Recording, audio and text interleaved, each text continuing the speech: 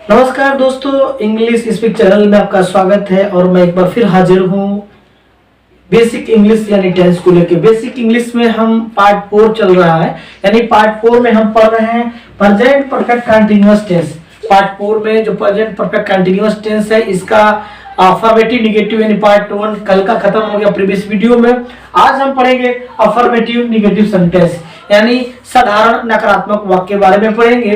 तो सबसे जरूरी ये है कि हमें जान लेना है कि इसकी क्या पहचान होती है कि यह वाक्य प्रेजेंट परफेक्ट कंटीन्यूअस का अफर्मेटिव निगेटिव वाक्य है। तो इसकी जो पहचान होती है कि वाक्य के अंत में रहा है, रहे हैं, रही है तथा वाक्य में समय के साथ काम का करना होना जारी पाया जाता है तथा नहीं का बोध होता है।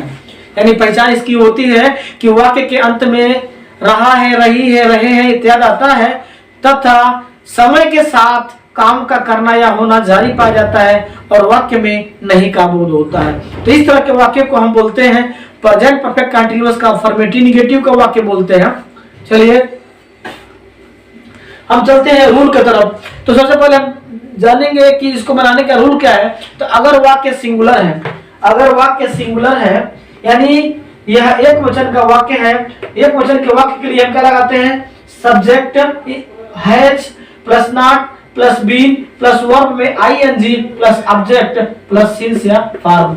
यानी अगर हमारा सब्जेक्ट एक वचन का है, सिंगुलर है, तो उसके लिए कर्ता लगाएंगे प्लस हैज लगाएंगे plus not plus been plus verb में आईएनजी प्लस ऑब्जेक्ट और सिंस या फॉर्म। अगर ये वाक्य अगर प्लूरल है, अगर सब्जेक्ट हमारा क्या है? प्लूरल है, तो इसके लिए हम सब्जेक्ट लगाएंगे plus have plus not plus been plus verb में ING plus object plus since या फॉर्म। यानी अगर हमारा वाक्य यानी सब्जेक्ट प्लूरल है, बहुवचन का है, तो बहुवचन का रूल होता है कि पहले कर्ता plus have plus not plus verb में आईएनजी, नॉट के बाद से बीन प्लस वर्ब में आईएनजी और प्लस ऑब्जेक्ट, उसके अलावा सिंस या फॉर्म लगाते हैं। तो इस तरह से अगर हमें रूल मालूम है तो हम कैसे भी सेंटेंस अगर आता है प्रेजेंट परफेक्ट कंटीन्यूअस का अफर्मेटिव निगेटिव तो हम आसानी से ट्रांसलेट कर सकते हैं।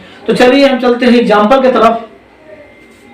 एग्जांपल है कि हम 2 घंटों से फुटबॉल नहीं खेल रहे हैं, यानी हम 2 घंटों से फुटबॉल नहीं खेल रहे हैं। यहाँ पे नहीं का बोध हो रहा है, तो we have not been playing football for 2 hours।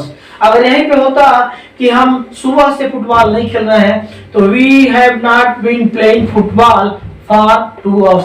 यहाँ पे होता since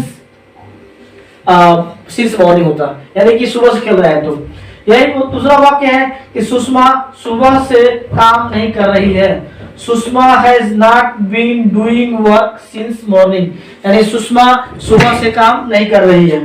तीसरा एग्जांपल है कुत्ते 4 घंटे से नहीं दौड़ रहे हैं।